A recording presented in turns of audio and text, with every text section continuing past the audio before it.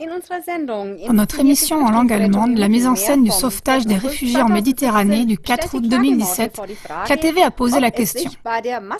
L'émigration de masse vers l'Europe serait-elle un plan prémédité depuis longtemps? KTV a montré que des bateaux de garde-côtes de l'UE et d'ONG privées transportent comme des entreprises de taxi des centaines de milliers de réfugiés pauvres depuis l'Afrique vers l'Italie, située à 480 km de là. Vous en trouverez les détails dans l'émission citée. Pour tenter d'expliquer pourquoi l'émigration de masse vers l'Europe semble planifiée depuis longtemps, KTV a évoqué un nouveau reportage télévisé du journal hebdomadaire allemand Junge Freiheit, le mensonge des réfugiés 2017, et ça se répète quand même. Les reporters ont parcouru le principal itinéraire en Méditerranée et en ont tiré des conclusions étonnantes. La crise d'asile n'a jamais arrêté. Au contraire, on voit qu'elle reprend maintenant de plus belle. Les citoyens n'en ont presque rien su pendant très longtemps, et cela est dû au fait que cette immigration de masse, mise en scène et pratiquée de manière très réfléchie et décentralisée. Un autre témoin est apparu et il a également fait des recherches sur place en Sicile et il confirme l'estimation des reporters de Junge Freiheit. Le journaliste anglo-suédois Peter Immanuelsen, ou Peter Sweden, comme il se nomme sur Twitter, est allé en Sicile, sur l'île où de nombreux immigrants posent le pied sur le sol européen pour la première fois. Cela parce qu'il voulait connaître de première main la vérité sur la prétendue crise des réfugiés. Voici quelques extraits de son rapport de voyage qui a été publié en allemand le 7 août 2017.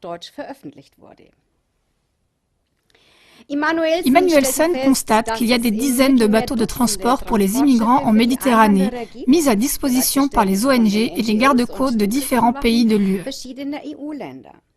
L'agence de l'UE pour la protection des frontières, appelée Frontex, coordonne les interventions des différents gardes-côtes européens. Immanuelsen voulait aller au fond des choses et savoir ce qui arrive lorsque le bateau d'une ONG arrive en Europe avec les immigrants.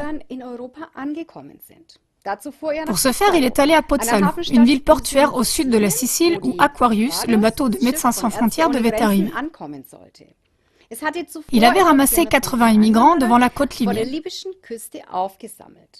Le port était en pleine effervescence. La Croix-Rouge, la police, le ministère de l'Intérieur italien et d'autres organisations se préparaient à accueillir les nouveaux citoyens européens. Mais tout à coup, la police italienne est venue vers Immanuelsen et l'a prié de quitter le port immédiatement. Les médias alternatifs ne sont apparemment pas bienvenus sur place. Plus tard, le même jour, lorsque le Phoenix, un bateau de l'organisation MOAS, a atteint le port d'Augusta avec environ 300 immigrants à bord, la police est de nouveau apparue. Immanuelsen a dû effacer toutes ses photos et vidéos pour ne pas être arrêté. Il a ensuite été escorté hors du port par la police. Apparemment, le public ne doit pas apprendre ce qui se passe là. Immanuelsen voulait savoir où vont les immigrants quand ils atteignent le sol européen. Une colonne de bus était prête dans le port pour transporter plus loin les immigrants.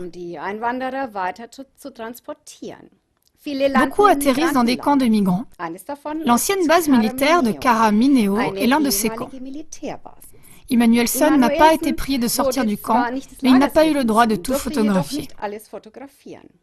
Ce qui l'a étonné, c'était le niveau de vie élevé du camp de migrants, en comparaison avec la situation de la population locale plutôt pauvre. Le camp était composé de maisons nouvellement bâties, d'aires de jeu, de terrains de foot, etc. Un habitant local lui a rapporté que les immigrants recevaient tout ce dont ils avaient besoin. Téléphone portable, cigarettes, soins médicaux gratuits, conseils juridiques gratuits. Là aussi, Immanuelsen a de nouveau eu l'impression que beaucoup de choses devaient rester cachées. Il a continué sa route jusqu'à la ville portuaire de Catania, d'où Oxfam, un regroupement international de différentes organisations d'aide et de développement, a monté ses tentes devant la gare. À l'intérieur se trouvent des traducteurs qui expliquent aux immigrants ce qu'ils doivent faire pour demander l'asile et comment ils peuvent aller plus loin vers l'Europe du Nord. Une aide de Oxfam a expliqué à Immanuelsen que les immigrants recevaient ici toutes les informations nécessaires sur ce qu'ils devaient faire pour rester en Europe. Par ailleurs, l'organisation donne en cadeau des sacs à dos pleins, brosses à dents, chaussures, serviettes, papier et crayons. Suite à cela, les immigrants ont été priés d'évaluer le service obtenu à travers l'application Oxfam. Peter Emanuelson conclut avec les mots suivants. Mon voyage en Sicile tirait sur sa fin, mais j'ai vécu suffisamment de choses pour comprendre ce qui se passe ici. Tout est organisé minutieusement. Ce n'est pas une procédure normale, mais financée avec des centaines de millions d'euros. Il faut évoquer ici que beaucoup d'immigrants africains sont des gens sympathiques. Ce qui arrive ici n'est pas de leur faute. Ils sont attirés par les gouvernements européens et les ONG. La crise des réfugiés est un mensonge. En réalité, un déplacement de masse humaine d'Afrique vers l'Europe de l'Est est en train d'avoir lieu, organisé par les gouvernements européens. Tout est fait pour que la vérité ne vienne pas à la lumière. C'est pourquoi il est d'autant plus important que chacun transmette ces informations.